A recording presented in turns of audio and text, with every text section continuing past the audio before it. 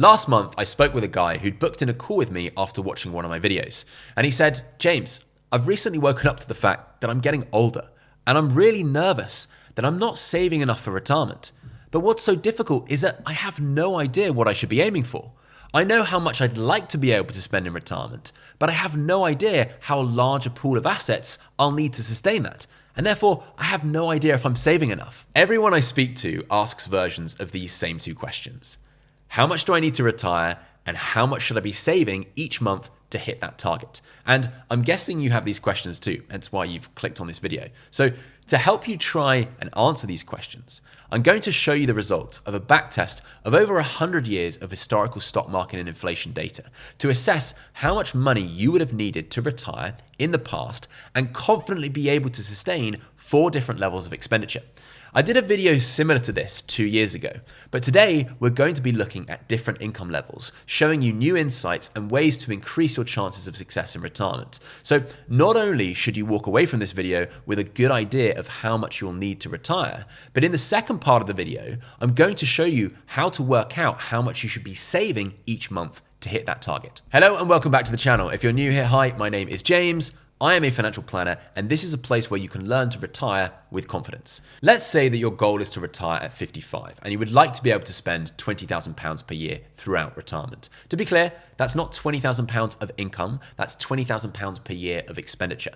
So the question then is, how large a pool of investments would you need to sustain that and avoid running out of money? Some people think the answer to this question is easy. If the stock market delivers an average annual return of, say, 8% per year, surely we should be able to work back from there to find out how much we'd need. But this is a massive mistake that so many people make.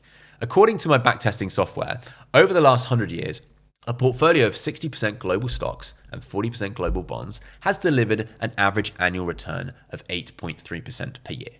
But if we assume fees of 0.5%, that brings the return down to 7.8% per year. So by that maths, we should need a portfolio of £260,000 to sustain £20,000 per year. But when we backtest this retirement plan, we find this would have only been successful in 6% of historical scenarios, with the other 94% running out of money very early on in retirement. So why is this happening? If you had £250,000 invested and your investments returned 8% every year, then yes, in theory, you could draw £20,000 per year and never eat into your principal. But stock market returns are not constant. They're volatile and unpredictable. And hidden within these long-term averages are years and even decades where returns have been way worse than 8% per year. And even if you ended up with a good average return of, say, 10% per year throughout the course of your retirement, you still could have got unlucky and seen a poor sequence of returns right at the start of retirement, where you would have ended up eating into your principal, so much so that even when the good returns show up later on, it might not be enough to pull you out of that hole. And we haven't even considered inflation. £20,000 may be enough for us at the start of retirement, but in 20 years' time, that's not going to get us very far. Our goal is to have enough money so that we can spend £20,000 each year and increase that by inflation every year so that we can maintain our purchasing power. So even if you did somehow manage to get an 8% return every year, that's still not going to be sustainable. Based on these assumptions, the amount that you would actually have needed at the start of retirement to have been successful in every single historical scenario is £682,000, which is a huge amount of money for only £20,000 per year. But don't worry, this is not the answer that we're looking for. Now, what we want to do is we're going to add to this plan to try and make it more realistic. Firstly, do we really need it to have been successful in every single historical scenario? As you can see here, in most of these scenarios, we're ending up with huge amounts of money left over. So maybe we're being a little bit too conservative.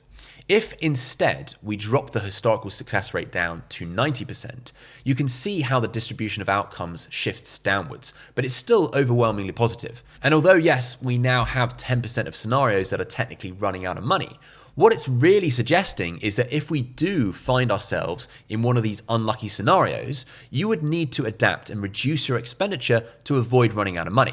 And what we can see here is that in all of the scenarios that have failed, they experienced poor returns right at the start of retirement, which tells us that there is going to be plenty of warning signs telling you that you're going off track way before you run out of money and giving you plenty of time to adapt. If you're really risk averse, the thought of this might make you feel uncomfortable, but I find that most people are willing to accept these types of chances and are prepared to tighten their belts if they do get unlucky. And the most important thing is that for a 90% success rate, we now only need £520,000. So let's stick with that. Now, it's important to remember that here we're using historical data to try and help us make better decisions in the future. But there is no guarantee that these trends and patterns will continue. In fact, the only thing we can guarantee is that the future will be different to the past. So please do bear that in mind when interpreting these results.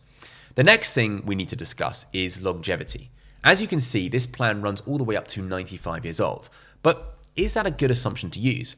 People often like to think that they won't live that long, that they'll be lucky to get to 75. And if that's the case, well, they don't need to save as much for retirement. But what if you're wrong? According to the ONS, the average 55-year-old male has a life expectancy of 84. But if we base our plan on that, the chances are that 50% of the time, you're going to live longer. So we need to be more conservative. There's a 25% chance of getting to 92 and a 10% chance of getting to 97. But we also need to consider the fact that most financial plans involve two people. And if you're both 55, the chances of at least one of you surviving to 95 is 38%. So actually 95 is a pretty good assumption. The next question is, are we really going to spend £20,000 per year throughout retirement? Typically, as we get into our 70s and start to slow down, our spending reduces. So let's assume that from the age of 75, our spending drops to 25%, which drops our required capital down to £483,000. But what about care? Towards the end of our lives, most people end up needing some sort of care or assisted living, which can cost anything from £15,000 to £100,000 per year. And any good retirement plan needs to take these potential costs into consideration. However, I'm going to exclude them from this analysis because I think it would really distort the results and make them less relatable. So please just keep that in mind. Now, what about the state pension? As of this year, a full state pension pays £11,502 per year. So from the age of 67, this is going to cover a significant portion of our expenditure. So if we add that in, we'd now only need £330,000, which is starting to look a lot more feasible. But there is one other thing we need to add to make this realistic. In retirement, you're probably not going to feel comfortable having all of your money invested. So depending on how risk averse you are, retirees tend to keep a cash buffer of between 1 and 5 years worth of expenditure. So for our example, let's assume we also have a 2-year cash buffer, which brings down the required investment pot to £280,000, but we'd still need £320,000 overall. So there we have it. Based on the last 100 years of stock market and inflation data, if you want to retire and be confident of being able to spend £20,000 per year, you would have needed £320,000. Again, we need to remember that this is what has worked in the past. No one knows what is going to happen in the future, and returns could end up being worse than this. But if we're looking for some sort of guide, this is pretty much as good as you're going to get. So now let's look at what we need to do to sustain higher levels of expenditure. For 30k, you would have needed £563,000. For 40k, £816,000, and then 50k, £1,080,000, which equates to these starting withdrawal rates. At lower income levels, much higher starting withdrawal rates are sustainable because the state pension does much more of the heavy lifting and tax is less of a concern. Here we've assumed that the money is held in a normal taxable investment account. So any dividends or gains that are realized may be taxable. We can see the effect of those taxes if we compare this with what we would have needed if the money was instead held in an ISA, a tax-free investment account. As you'd expect, at the 20% level, tax is not much of an issue, but at the 50k level, it makes a big difference. What's even more interesting is how much we would have needed if these investments were instead held inside a pension. I was actually quite surprised by this because with a pension, you can draw down 25% of it that is tax-free. But when you draw down the other 75%, it's taxable as income. So I thought you would need a hell of a lot more within a pension to compensate for this. But clearly not. And as we'll discuss further in the second part of this video, where I'm going to show you how much you would need to save each month to hit these targets, it's far, far easier to build up a pension to here than it is to build an ISA to here. If you're a basic rate taxpayer, for every £1,000 you save into an ISA, you could have alternatively have saved £1,250 into a pension. Or if you can sacrifice your salary into a workplace pension, that goes up to £1,429 because you're not only saving 20% basic rate income tax, but you're also saving 10% national insurance. And if you're a higher or additional rate taxpayer, it's even easier, which goes to show just how tax efficient pensions can be compared with these other types of investment account. For continuity, let's revert to our base case of assuming that this money is invested in a normal taxable investment account.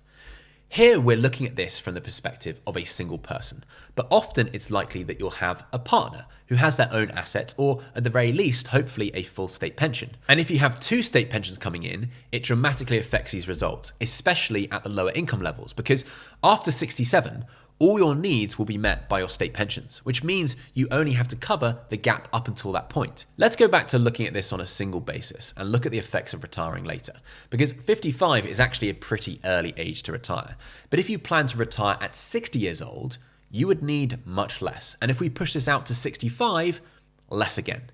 Clearly, if you're behind on your retirement plans, working a few more years can make a really big difference. But you just need to be mindful of the costs, because this may mean that you end up trading away a big chunk of your remaining healthy years. So far, we've looked at several levers that you can pull to reduce the amount that you would need to save. Firstly, being prepared to be flexible with your expenditure in retirement if you do get unlucky, making use of pensions, working longer, and I guess to some degree, having a partner. But there's also one other lever that you can pull. Here we've assumed our hypothetical retiree is invested in a portfolio of 60% stocks and 40% bonds. At the 40K per year expenditure level, this is what that distribution of outcomes looks like. But what happens if instead we're invested in a portfolio of 100% stocks? The successful scenarios end up being even more successful. The worst case scenarios don't change much, but there's actually some scenarios that were previously failing that are now successes, which actually increases our success rate to 96%. Which also means that with a 100% stock portfolio, we'd need less money to achieve a 90% success rate. Whereas if we had a 40% stock and 60% bond portfolio, we'd need a lot more. So even though we're taking more investment risk, in theory, our retiree actually has less risk of running out of money. This should not really be surprising because over the long term, stocks tend to outperform bonds. But what we're not seeing here is how much more painful a 100% stock portfolio can be for a retiree to hold on to. If we look back over the last 50 years, we can see that a 100% stock portfolio has delivered a higher real return than a 60-40 or 40-60 portfolio. But the journey to that return has been a lot more stressful, with much deeper, more regular crashes and longer times to recovery. So the question you need to ask yourself is whether it's worth the stress, especially given that the more stressed you are, the more likely you are to make mistakes. And if you make mistakes, it's highly unlikely that you're going to see returns that are anywhere near these averages. So choose wisely. Now that we have these targets to aim for, the next thing we need to know is how much we would need to save each month if we want to stand a good chance of hitting these targets by the time we retire. It's actually quite a complex calculation, so I have built a tool to help you work it out. You enter in how much you currently have, the target that you're aiming for in today's money, how many years you've got until retirement, and an assumption for the returns that you think you're going to achieve. And then it will tell you how much you would need to save each month to hit that target. You need to be mindful that the higher the return that you assume here, the less it's going to tell you that you need to save to achieve your goal. We can use the past to guide the assumptions that we use here, but there is no guarantee that we will see returns like this in the future. So whatever return you assume, make sure that it's conservative and remember to deduct any fees that you expect to pay. There's a link to this tool down in the description, so please do feel free to give it a go. Now, there is actually a really big problem with all of the analysis that we've just looked at, because in this, we're assuming that our hypothetical retiree is essentially a robot. That they invest in a fund or a series of funds at the start of retirement, and then over the following 30 or 40 years, we assume that they sit through all of these stock market crashes. There might be 5, maybe even 6, and they don't make a single investing mistake. They never tinker with their portfolio, they never get tempted to invest in something new and shiny, and they never make changes because they're nervous about the future. They just stick to the plan. But unfortunately, we humans are not robots. We don't stick to the plan. I mean, we rarely ever even make plans, and we make a lot of mistakes. And what's worse is that we rarely even notice when we're making them. There is a ton of research that shows that behavioral mistakes mean that the average investor underperforms the funds that they invest in by between 1.5 and 2% per year, which is why you now really need to watch this video here, where I explain why this happens and how you can try and stop it. I'll see you there.